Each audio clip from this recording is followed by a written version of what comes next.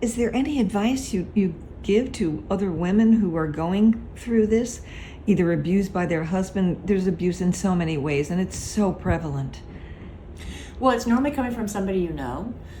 They had 3 different kinds of abuse: mental, physical, sexual in my life. But it is important to trust if you have an outlet. This nurse, I found out, it's beautiful. I found out many years later that this nurse, they named a school after, there's a school, elementary school named after her. And I didn't understand why. My life changed in so many different steps, as all of our lives do.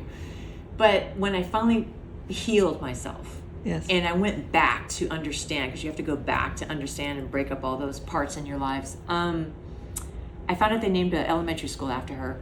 And the reason why they did is because she saved so many abused children, her and this guy.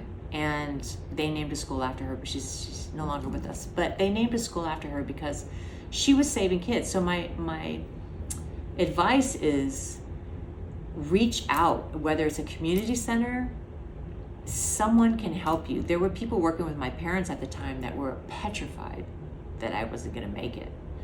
And I was lucky to be alive. And there were people that were trying to reach out, but they didn't know how to, because I was insulated. Yeah. And it was through this school, by trust, by having the trust with someone, you just know it. Like, for me to trust even to talk to you, because I love what you do for Glorious Broads, to send out this message and this power of women and sharing, right? Yeah. So I trusted this woman, and I call them bridge angels. You called what? Bridge angels. I call them bridge angels. She carried me across a bridge. And there was another one after that, when I was homeless at one time. I was living under a highway sign. I met, went into a Pizza Hut, and they had a help wanted sign. This is before I met my true family, I call them, my family of choice. They said, they took a look at me and they could tell that I was homeless, and they brought me in, and this couple who were renting this pizza inn became another bridge angel. They took care of me. They took me to the commissary. They got me makeup. They took care of me. They said, you can sleep on the couch here at the restaurant, because they knew. They didn't never asked, but Yes. they knew.